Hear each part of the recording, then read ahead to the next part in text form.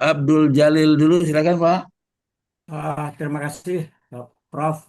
Di kesempatan kepada saya. Saya ingin bertanya, kalau diizinkan ada dua hal yang saya akan tanyakan. Pertama, jamaah haji atau umroh itu penumpang hendak berniat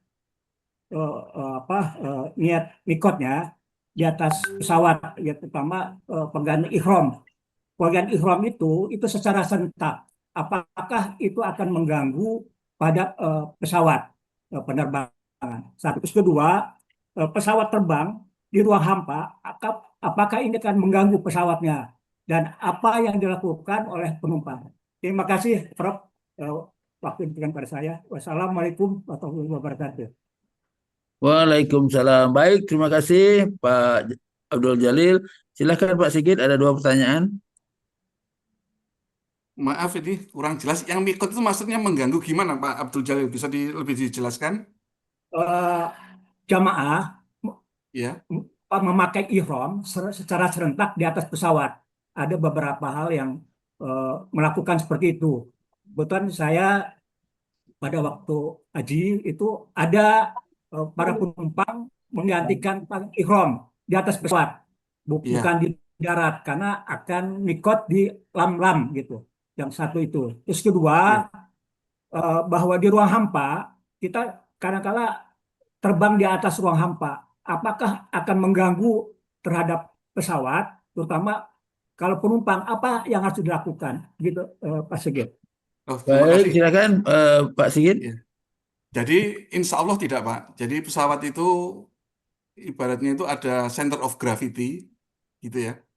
Jadi center of gravity itu eh, titik berat daripada situ.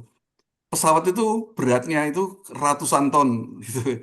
Jadi manusia di dalam itu kalau misalkan apa itu bergerak-gerak itu tetap stabil dia itu. Mm-mm. Tetap stabil. Jadi pergerakan orang misalkan serempak memakai ihram itu tidak apa-apa. Cuman gitu karena dia itu tidak memakai seat belt, kalau terjadi kondisi yang turbulen, dia itu bisa terlempar nanti itu. Kepalanya bisa kena apa itu atap pesawat atau kayak gitu-gitu.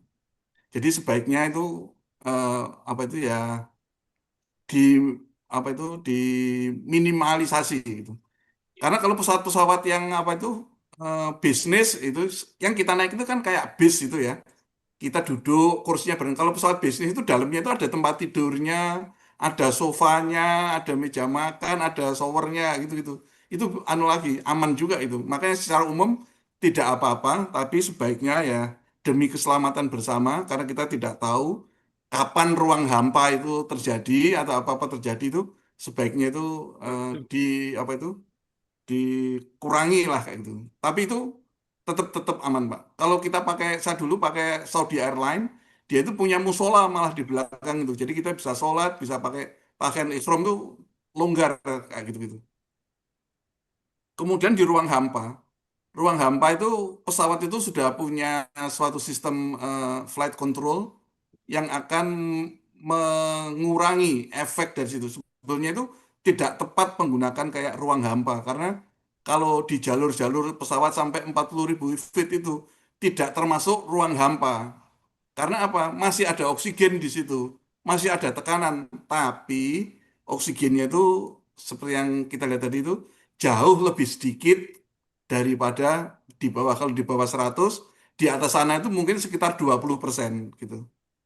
Jadi tidak hampa, masih ada gaya angkat di pesawat.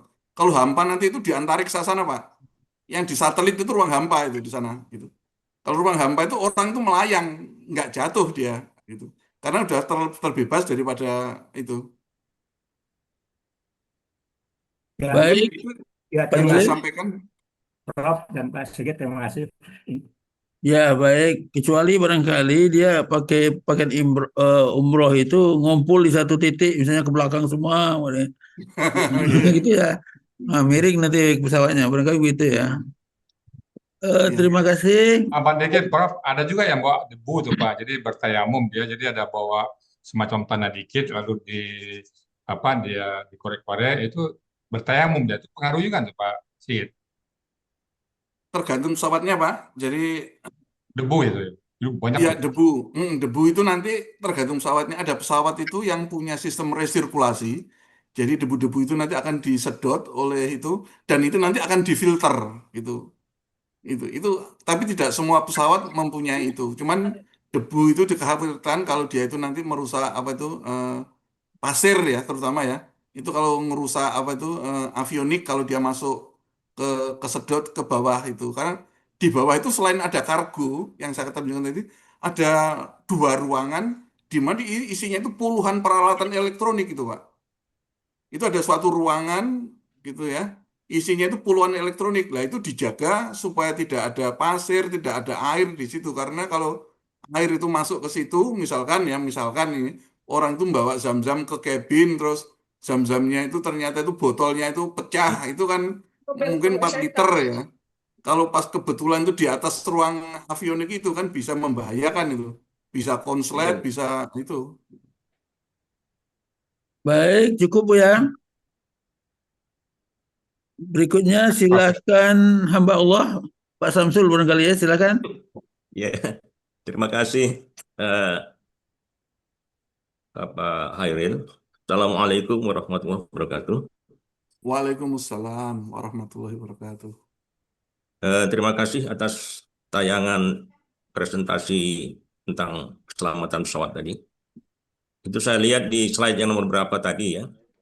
Ya, kalau kita pahami secara ilmu kimia, itu komposisi oksigen di daratan, oksigen dan nitrogen itu perbandingannya 20% sama 80% kan. Jadi 20% oksigen, 80% nitrogen kan. Iya. Nah, tadi di tayangan tadi saya lihat semakin tinggi kita berada di udara, tadi pada ketinggian 10.000 kaki atau kurang lebih 3.000 meter, itu tertulis komposisinya 70%. Kok malah menaik ya? Mestinya semakin turun kan? Itu yang pertama ya.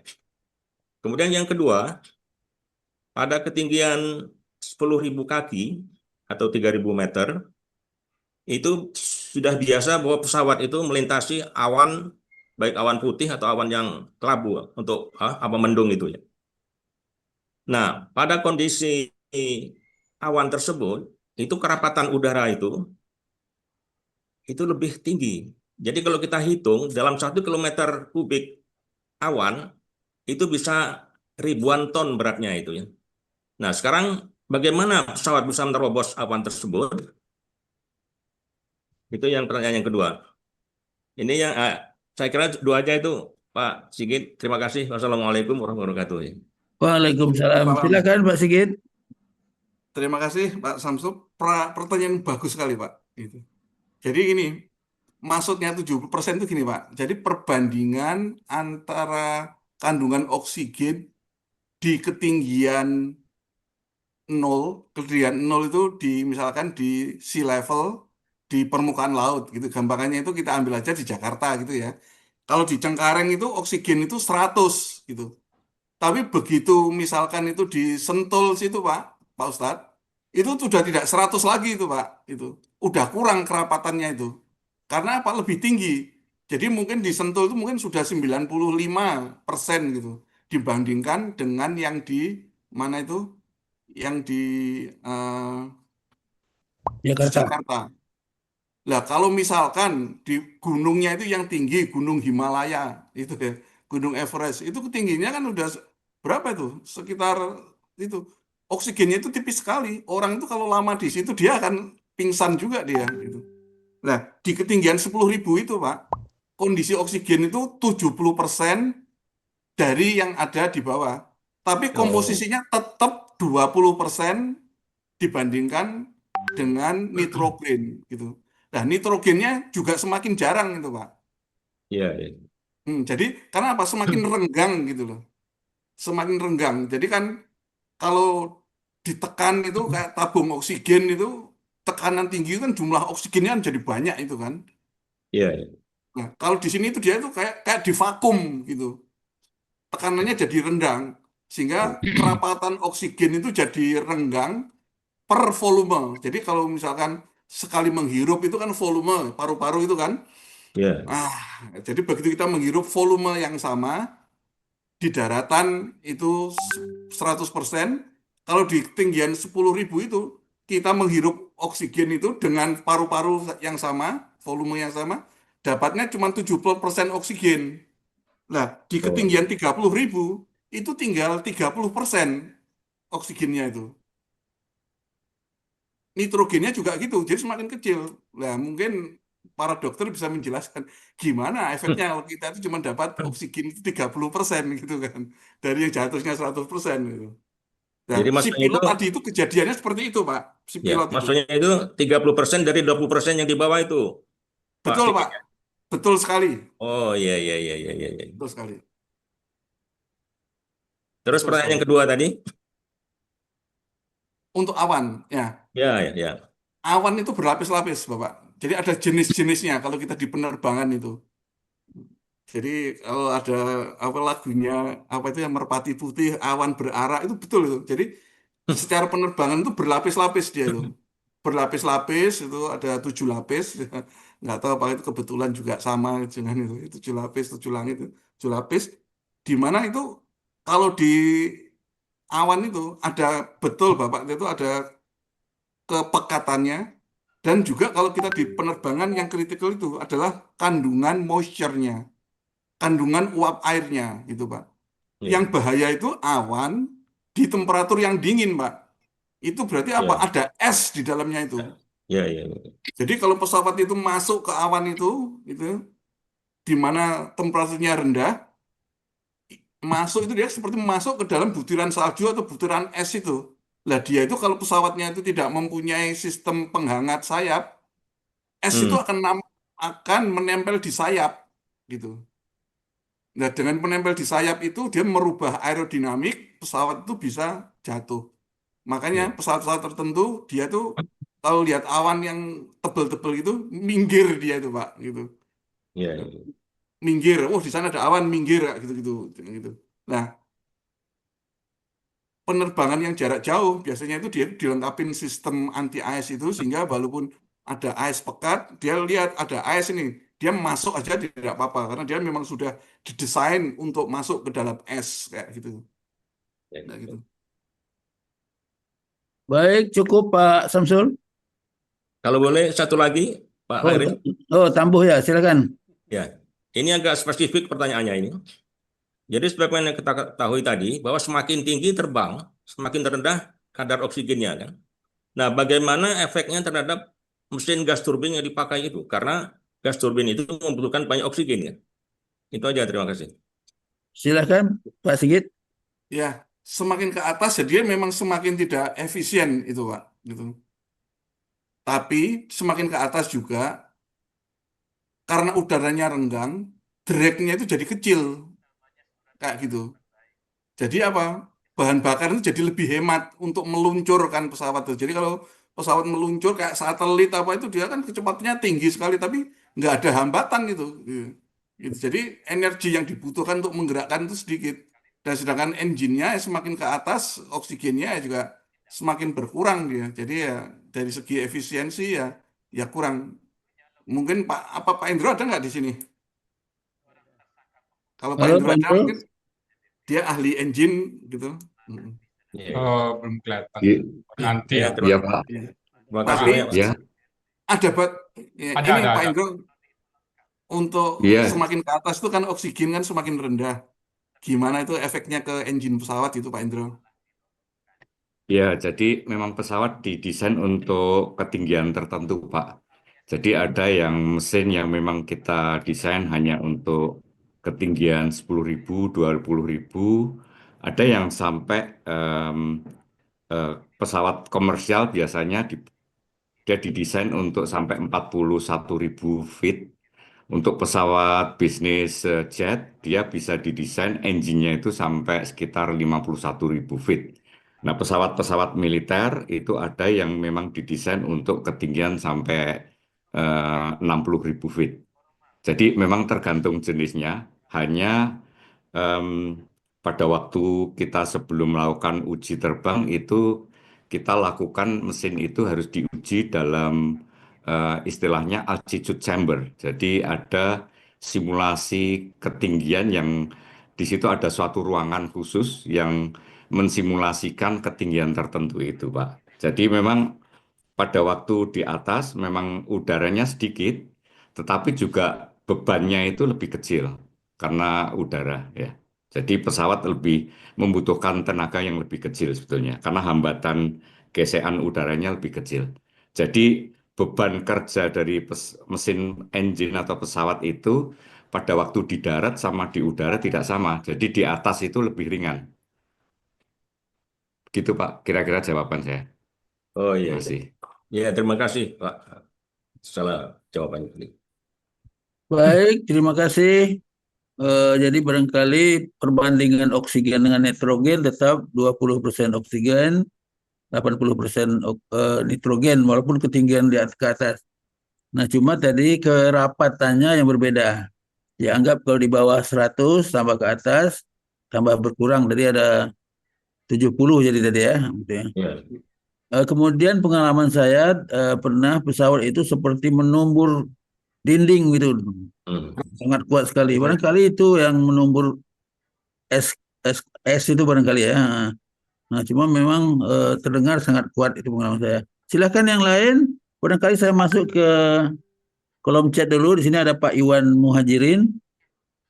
Assalamualaikum Pak Sigit. Mohon penjelasan ringkas tahapan landing darurat. Nah, jika kedua mesin mati satu itu ya. Bagaimana pilot mengendalikannya? Misalnya di bawahnya daratan atau hutan dan sebagainya. Juga tadi sebutkan bisa mendarat di air ya. Pesawat tempur itu kecepatannya berapa kali pesawat komersil? Jadi ada beberapa pertanyaan dari Pak Iwan. Silakan Pak Sigit. Ya, terima kasih Pak Iwan. Jadi untuk landing darurat, jadi itu biasanya salah satu dari apa itu manual itu biasanya kalau misalkan ini dua-duanya itu mesinnya itu mati gitu ya. Si pilot itu bisa gliding, jadi bisa mengapung itu pesawatnya untuk diarahkan ke bandara terdekat kalau ada. Kalau nggak ada, apa itu gitu? Daratan atau sungai kayak gitu-gitu. Yang disuka itu biasanya sungai karena sungai itu apa itu relatif tidak ada apa itu bamnya kayak gitu-gitu. Bam itu apa itu kayak tonjolan-tonjolan gitu. Jadi kalau mulus semua itu kan enaknya takutnya itu di sawah terus ada pohon, ada apa itu kan bisa itu kan itu ada batu, tumpukan batu kayak gitu. Jadi itu. Nah, nanti itu untuk mengurangi efek itu biasanya sebelum landing itu dia membuang bahan bakar di udara itu. Karena yang berbahaya itu apa? Dia itu ada percikan pesawat dengan daratan yang ada percikan api sama tangki bahan bakar yang bocor. Jadi biasanya itu apa itu bahan bakar itu akan juga di apa itu dibuang kalau misalkan dia apa itu mau apa itu darurat itu. Kemudian akan ada komunikasi dengan menara pengawas. Dia akan mendeklar biasanya itu Mayday, Mayday, Mayday gitu. Mayday itu kalau bahasa Perancis jadi tolong aku darurat, tolong aku, bantu aku kayak gitu. Help me kayak gitu tuh. Nah, di sini dia akan mengirimkan lokasi di mana dia akan mendarat sehingga nanti akan ada tim SAR yang akan membantu evakuasi gitu. Entah itu ambulan, pemadam kebakaran, kayak gitu prosedurnya. Habis itu dia akan memberitahu kepada cabin crew untuk kondisi darurat apa di laut atau di apa sehingga dia bisa mengarahkan. Oh, misalkan di air, dia akan mengarahkan penumpang untuk mulai menggunakan apa itu pelampung yang ada di dalam kursi kayak itu. Dan juga dia akan melakukan sistem konfigurasi kayak gitu itu kayak menutup valve kayak gitu katup-katup supaya apa pesawat itu bisa mengapung nanti di air. Biasanya itu sekitar 3 menit itu. Jadi makanya detik demi detik itu berharga. Apalagi pesawatnya itu penumpangnya 250.000. Haji itu bisa sampai 400.000 kan itu kan. Nah, ada berapa pintu itu? Ada 6 pintu. Lah berarti kan bisa tinggal dihitung gitu kan. 600 dibagi apa itu 400 dibagi 5 atau 6. Oh, berarti satu pintu itu harus dilalui 70 orang. 70 orang itu kalau dalam waktu 3 menit harus keluar. Satu orang cuma butuh waktu berapa detik gitu. Lah, itu makanya kalau orangnya masih terlalu lama tidak bergerak cepat itu, lah itu kasihan nanti di belakangnya itu yang ketutup. Dan kasihan juga nanti pramugarinya karena dia yang terakhir biasanya. Baik, terima kasih. Barangkali itu yang masih ada pertanyaan itu. Pesawat tempur itu kecepatannya berapa kali pesawat komersial? Ya, tergantung pesawat tempurnya jenis apa gitu Oh loh. gitu Ada ya. pesawat tempur ya yang pelan-pelan karena dia itu generasi lama, tapi yang baru itu dia bisa sampai Mach 2, Mach 3 yang kayak gitu itu dia itu. Tinggi. Jadi 3 kali kecepatan sampai 4 kali kecepatan pesawat komersial. Tapi ada juga pesawat tempur yang masih yang baling-baling yang lama itu ya lama gitu. Tapi kalau sudah super pesawat itu rata-rata kecepatannya sekitar 780 km/jam kayak gitu itu. Kurang lebihnya 750. Pesawat tempur itu bisa 1.500 km/jam, bisa 2.000 km/jam gitu. Baik, Pak Iwan masih hadir? Cukup? Ya, cukup. Terima kasih banyak, Prof. Ya, baik. Berikutnya ada ibu-ibu nih yang belum bertanya. Silakan Ibu Sispa Yeni. Silakan. Ya, Prof. Terima kasih. Assalamualaikum warahmatullahi wabarakatuh. Waalaikumsalam. Pak Sigit, saya kalau dari sisi teknik nggak paham, cuman tadi belajar memahami aja obrolan apa cerita Bapak dari awal sampai pertanyaan-pertanyaan Pak Sam dan lain-lain. Hanya saya ingin menanyakan mungkin dari sisi Al-Quran aja ya, karena kalau dari yang tadi ayat yang Bapak bawakan itu bahwa apa namanya Allah bilang kan kepada jin dan manusia bahwa kalian cobalah untuk bisa menembus kalau kalian bisa kan, kecuali dengan kekuatan Allah aja gitu kan. Nah ini bagaimana saya salut sama Bapak dengan ilmu Bapak yang sekian banyak, pengalaman Bapak sekian banyak, Bapak mau masuk di Al-Hasani dengan mentadaburi ayat-ayat Allah, menghubungkannya mungkin dengan apa yang Bapak alami di dalam dunia apa kerja Bapak gitu kan. Dan yang saya ingin tanyakan itu bagaimana hubungannya pada saat Bapak di dunia kerja?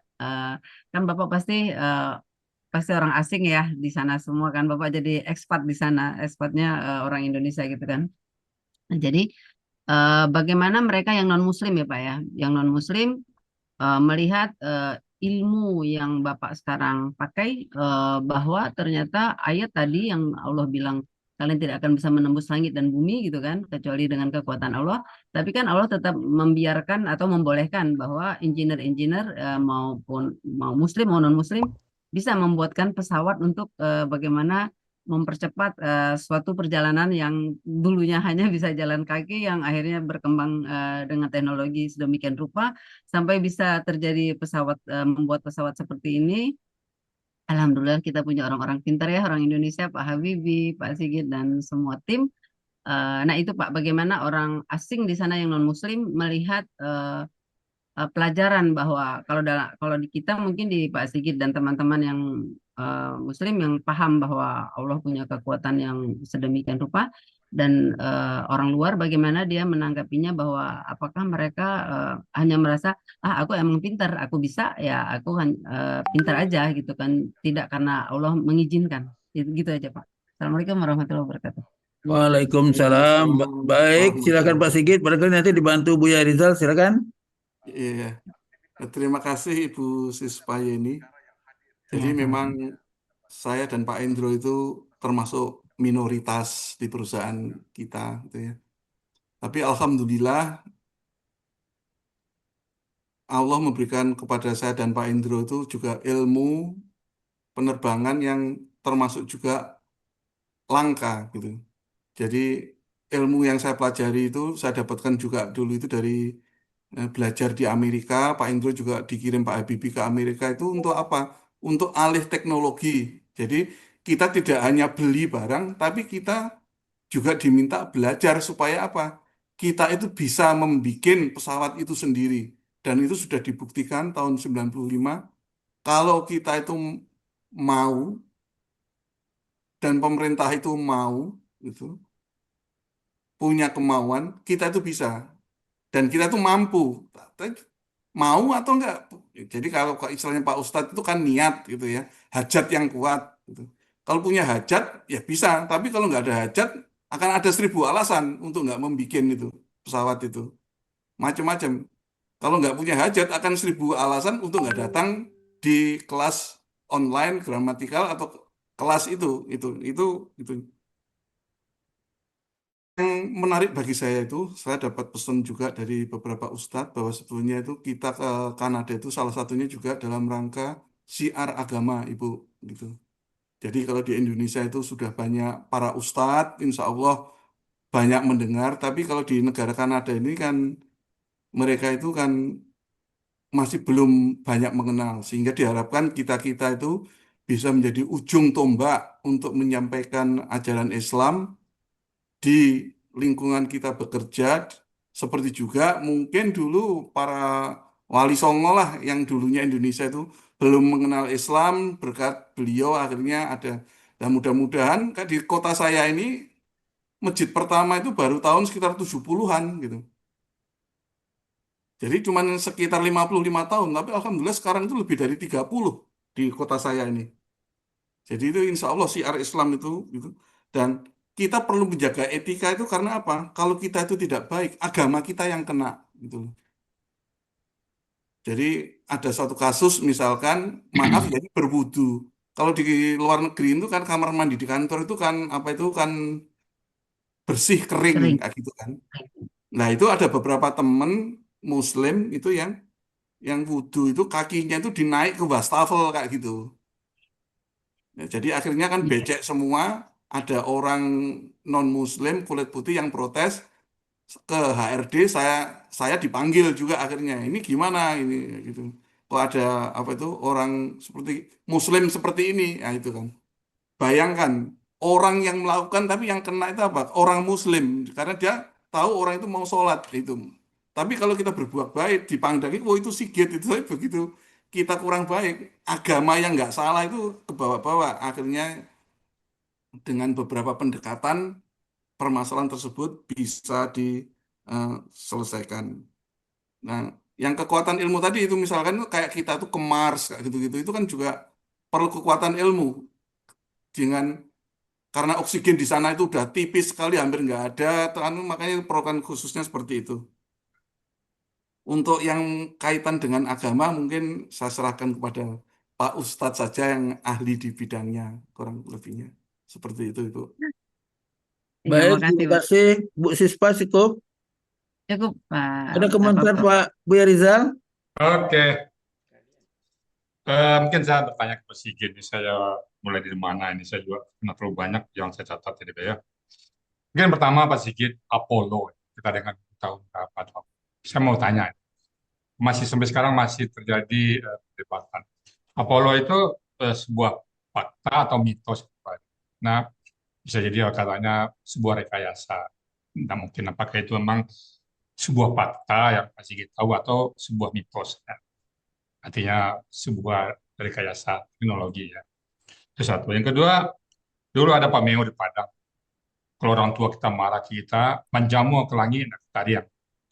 Jadi persepsi kami dulu makin ke atas itu makin panas, Pak, karena makin dekat dengan Pasifik, makin dekat dengan matahari. Nah, dan dalam Clover juga gitu, bertanya dia, kenapa kok makin ke atas makin dingin, kan makin dekat matahari, katanya, mesti makin panas ya. B makin dingin, dan nggak tahu tuh, B itu hanya. Nah, yang saya pertanyaan saya, Pak, grafik bumi ini kan berputar, Pak.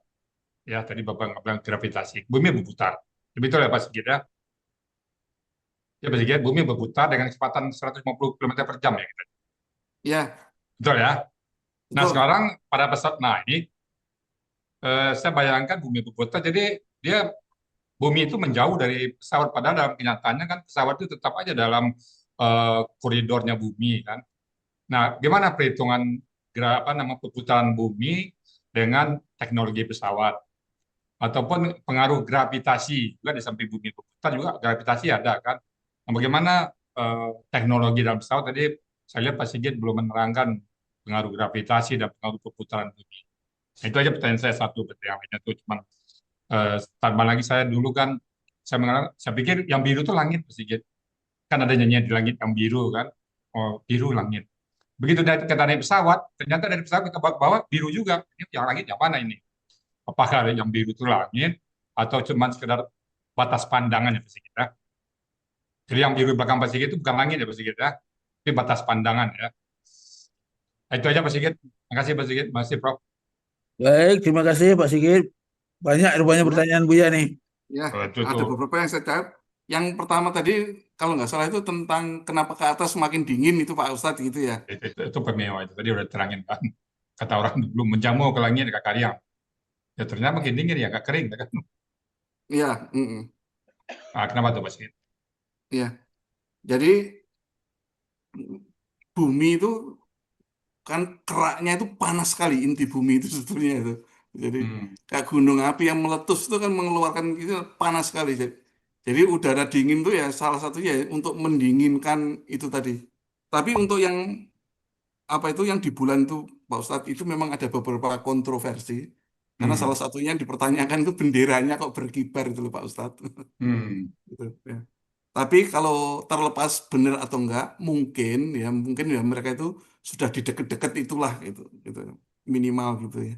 Mungkin, gitu. Tapi kalau sekarang itu sudah tidak dipertanyakan lagi. Jadi di bulan itu sudah banyak yang bisa mendarat di bulan, orang sudah bisa gitu. Bahkan ke planet Mars itu udah juga ke sana. Kita berusaha katanya ada yang membuat koloni gitu. Jadi kalau suatu saat misalkan terjadi bencana di bumi kayak pada zamannya dinosaurus itu kalau manusia itu semua tinggal di bumi maka peradaban manusia itu akan punah, maka beberapa orang beberapa negara itu ingin membuat sebagian manusia koloni di tempat yang lain, di planet yang lain.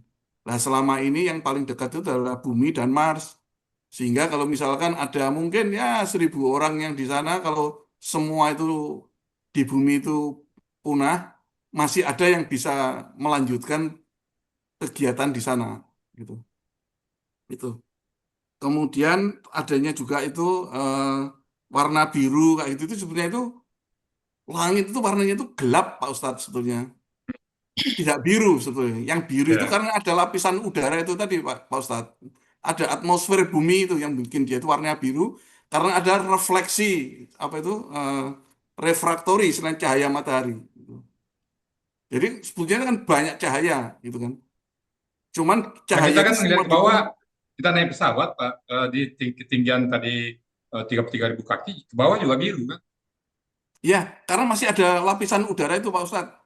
Jadi kalau Pak Ustadz nanti itu terbangnya itu jauh di atas sana, kayak di International Space Station itu Pak Ustadz. Jadi misalkan itu 100 kilometer daripada bumi, itu gelap Pak Ustadz di sana. Gitu. Jadi Oh, nggak ada terangnya cuma melihat matahari saja, gitu. Karena udah nggak ada itu tadi. Pada saat di ruang hampa istilahnya itu ya nggak ada warna biru itu lagi. Gitu. ya. Dan Baik, kayak cukup Pak, Pak Cukup, cukup. Tadi teknologi dengan apa Pak, gravitasi bumi dan perputaran bumi belum keterangan dengan teknologi pesawat gimana tuh Pak kaitannya? kalau pesawat itu berusaha mengatasi gravitasi bumi. Jadi daya angkat pesawat sama daya dorongnya itu harus bisa melawan itu. Jadi mesin pesawat itu Ada harus rancang ya? ya dirancang. Jadi berat pesawat itu berapa? 100 ton. Nah, 100 ton itu kan berat itu. Nanti ada gravitasinya. Gitu. Jadi kalau kecepatannya berapa? Massa kali kecepatan kuadrat itu. MV kuadrat kan rumusnya kayak gitu-gitu. Sudah diformulasikan ya? Ada, jadi Oke. nanti Pak Indro ngitung, oh dengan berat sekian dibutuhkan daya dorong sekian untuk take off gitu. Diperhitungkan juga dengan gaya angkat daripada wing. Nah, wing ini membantu ini. Gitu. Kalau nggak ada wing, mesinnya lebih tinggi lagi nanti itu. Kayak misalkan kayak roket kayak gitu tuh Pak Ustadz. Oke. Peluncuran satelit itu nggak ada sayapnya itu. Jadi murni daya dorong daripada roketnya itu, mesinnya itu. Tapi kalau pesawat itu masih dibantu dengan apa itu? eh, sayap. Semakin besar sayapnya, semakin lebar, semakin besar gaya angkat, maka kebutuhan mesin untuk melawan gravitasi itu lebih kecil. Kita tidak mempelajari bagaimana gravitasi itu, kenapa di bumi lebih besar gravitasinya daripada di bulan, misalkan kayak gitu-gitu, dan sebagainya gitu maksud. Cukup Pak, Prof. Baik, terima kasih. Juga kalau kita perhatikan, kalau kita pergi ke Mekah, perginya tuh waktunya lebih lama dibandingkan kita pulangnya ya. Ada perpindahan Iya. berapa menit ya gitu ya. Hmm. Ya karena itu tadi Ya, buminya kan berputar gitu kan. ya betul ya. Betul. Mm-mm. Masih ada pertanyaan, kita sudah jam 7:19, barangkali paling lama 7:30 ya. Ya. Nah, silakan Ibu ini ya, Yufi Muzar, silakan. Hmm, baik, makasih Prof. Maaf, tidak open kamera karena masih ada kerjaan. Cuma saya izin bertanya, tapi saya ini ingin bertanya pada Pak Sigit karena menyangkut keselamatan kerja, keselamatan penumpang itu dari pihak maskapai dan pihak penerbangan yang menyediakan pesawat. Nah, ini kita sebagai penumpang ini Pak. Saya itu sering memperhatikan ya, kalau misalnya kita masuk pesawat, mungkin mesin pesawat belum dalam keadaan menyala. Tapi saat kita landing, kita udah sampai di bawah gitu, udah selamat, alhamdulillah. Tapi ternyata ini penumpang ini ada yang banyak yang bandel gitu, terutama ibu-ibu kalau saya perhatikan. Mereka belum menuju apron, itu HP-nya udah menyala gitu, udah mulai buka komunikasi kepada saudara, teman dan lain-lain gitu. Nah, saya itu ingin menanyakan sejauh kalau cuma satu HP yang menyala mungkin tidak bisa diabaikan gitu ya. Tapi ini banyak HP, begitu saya ini langsung dengar tat tit tit tit tit gitu, bahwa mereka menghidupkan HP mereka gitu.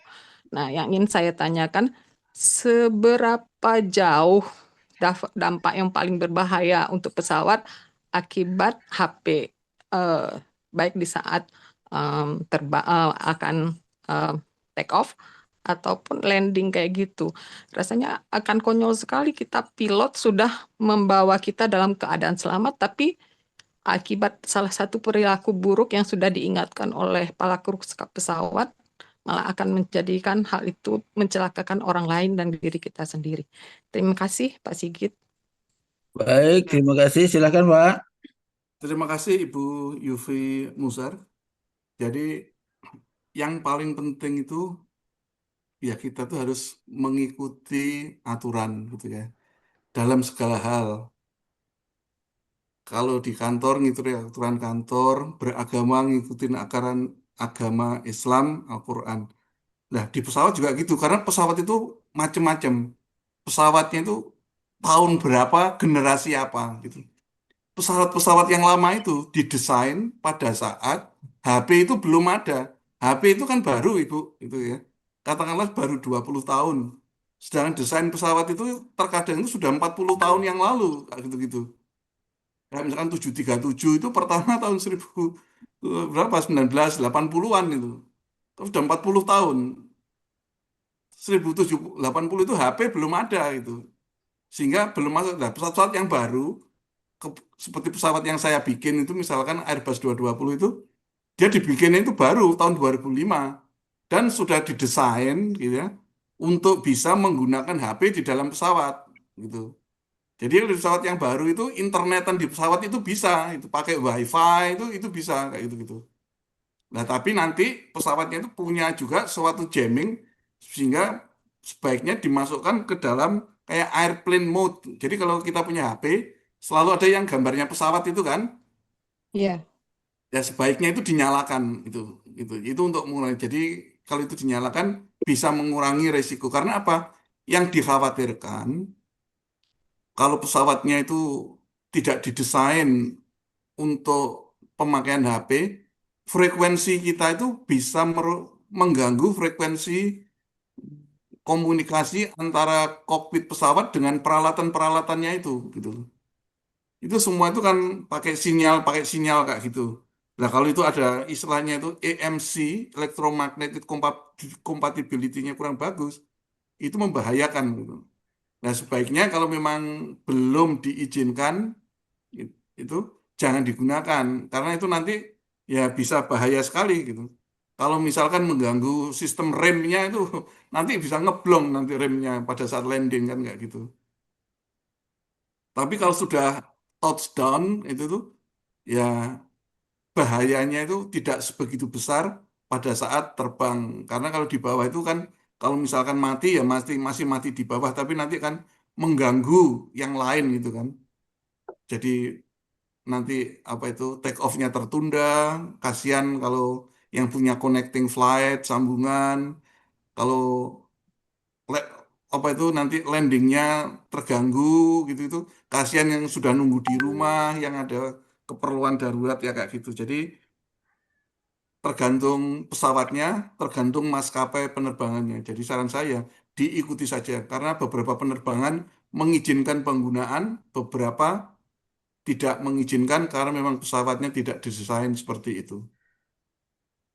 Baik, terima kasih. Barangkali tambahan untuk power bank, Pak Sigit. Jadi power bank ini kan sering dibawa, terutama orang-orang yang wisata kemana dalam beberapa hari. Nah, cuma dianjurkan kan ditaruh di tas tangan dan selama perjalanan jangan ngecas HP gitu ya. Nah, Betul, jangan Pak. taruh di kargo, jangan juga ditaruh di kompartemen di atas. Barangkali itu tolong jelaskan Pak Sigit. Ya, karena kalau di kargo itu kan susah gitu, kalau kebakaran gitu kan. Makanya kalau di dalam pesawat diharapkan, karena satu, di kargo itu ada kargo yang temperaturnya dikontrol, ada yang tidak, Pak. Ya, Gitu. Kalau dikontrol masih anget, tapi kalau misalkan tidak dikontrol kan dingin sekali di atas sana itu, Pak. Lah, kok penerbangannya 6 jam itu kan gimana nanti barang-barang itu? Kalau misalkan ternyata elektroniknya tidak tahan tekanan yang rendah, kan tekanannya kan rendah juga di sana kayak gitu tuh. ya, Tergantung lokasi kargonya itu juga gitu.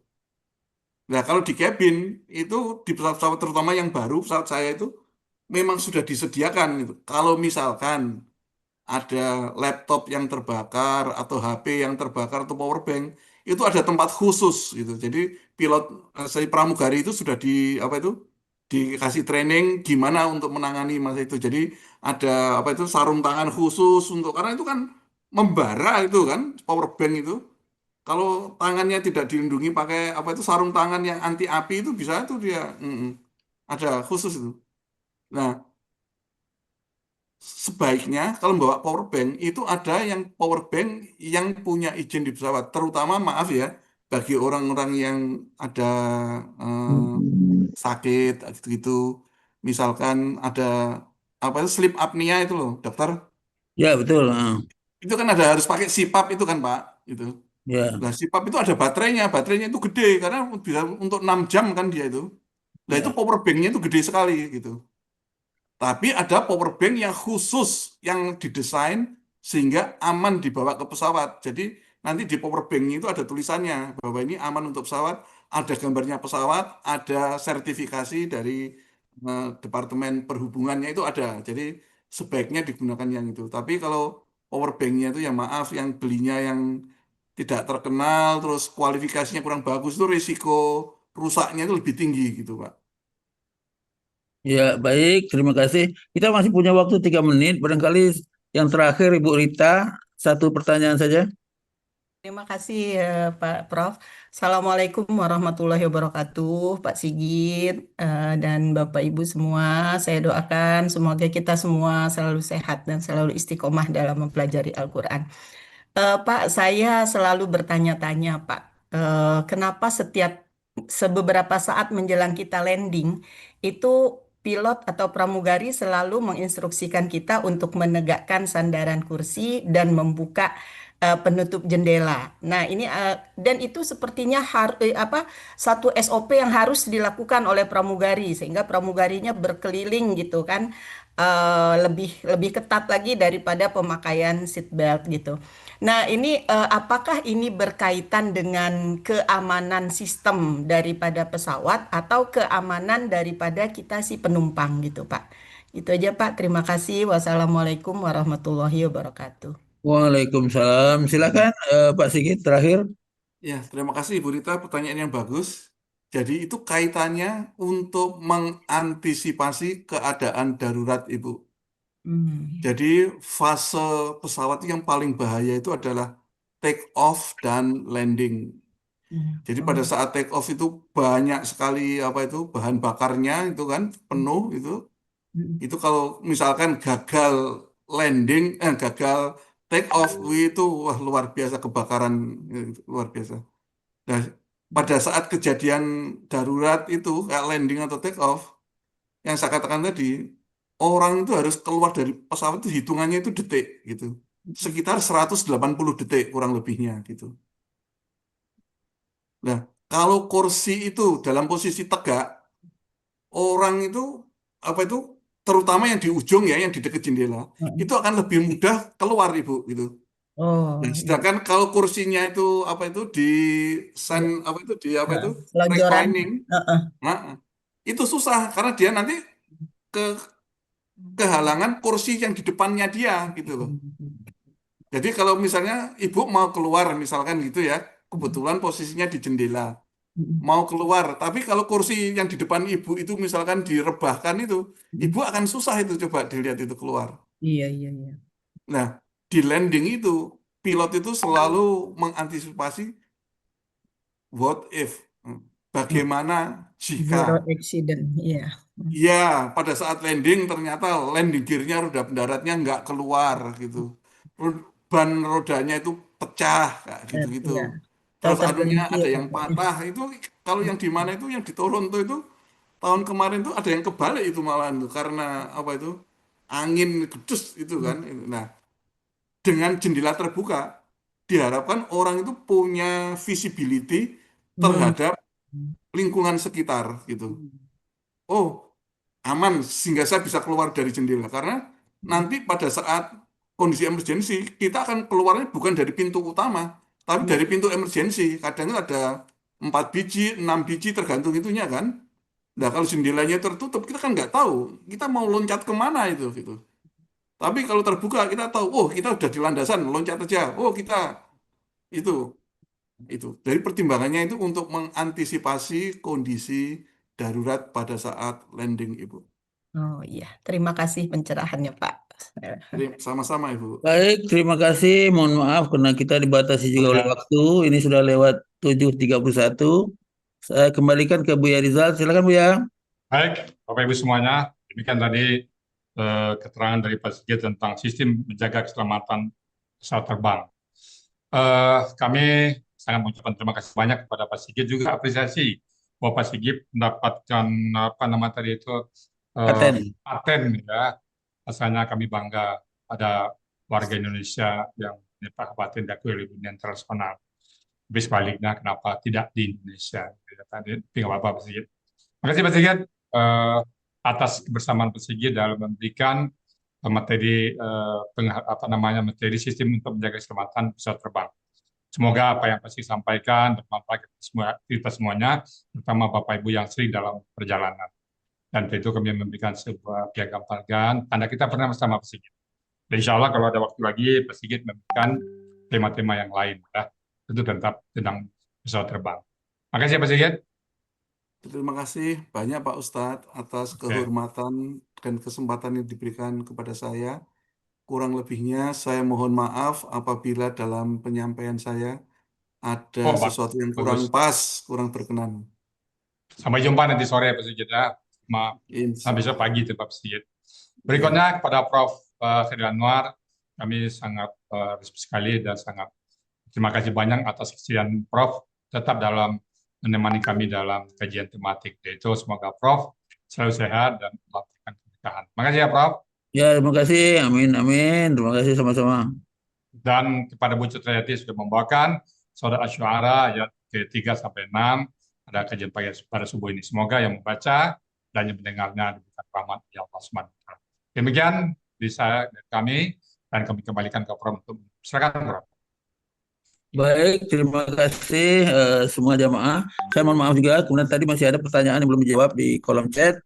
Mari kita tutup acara kita dengan doa penutup majelis. Subhanakallahumma wa bihamdika Alhamdulillah, asyhadu an la ilaha illa anta astaghfiruka wa atubu ilaik. Assalamualaikum warahmatullahi wabarakatuh. Waalaikumsalam. Waalaikumsalam warahmatullahi wabarakatuh. Terima kasih, Prof. Terima kasih, Pak Sigit.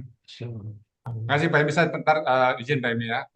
Nanti Pak Master izin sebentar kalau bisa kita pada waktu kalau terlambat 10 menit ya. Biasa ya, ada sedikit kita lagi. Makasih, Prof. Makasih, Pak Sigit.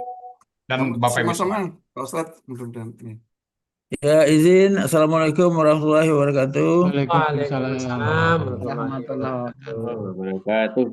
Kita bangga ini punya Pak Sigit nih, Masya Allah.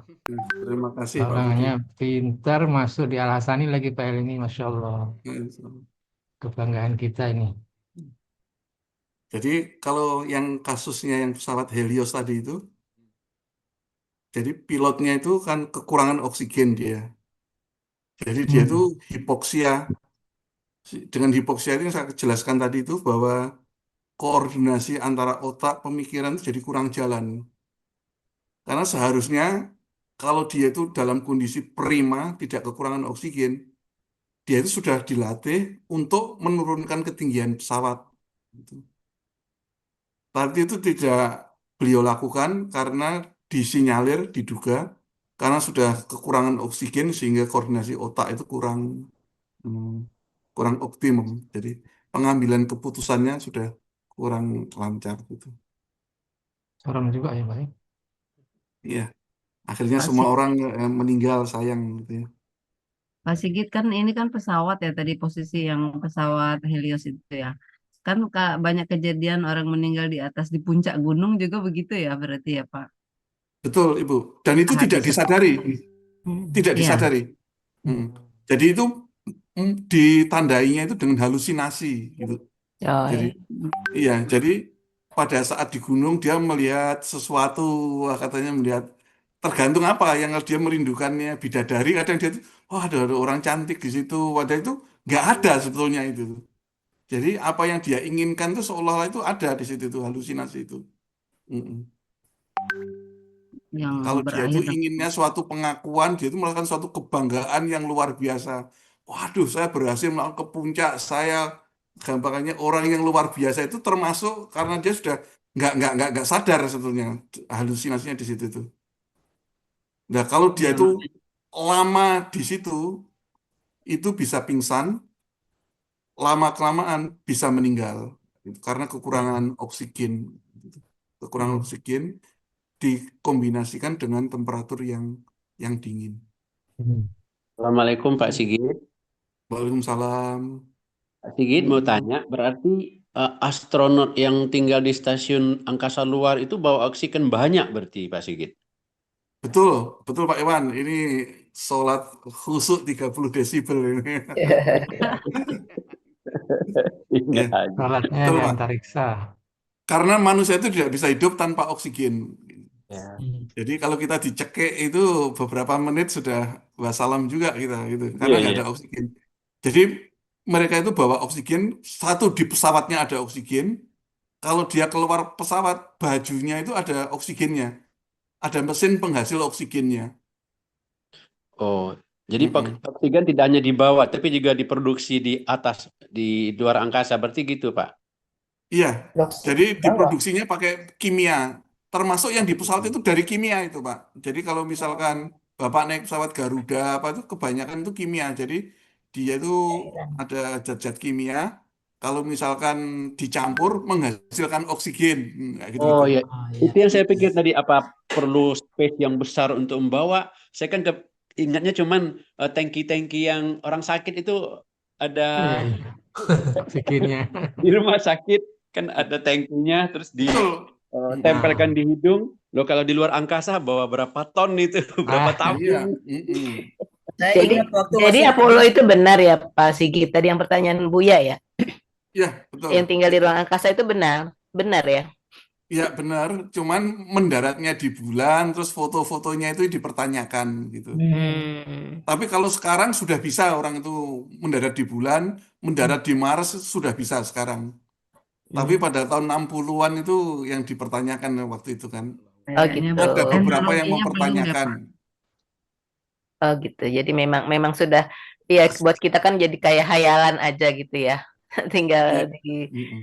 di bulan walaupun maksudnya dengan teknologi yang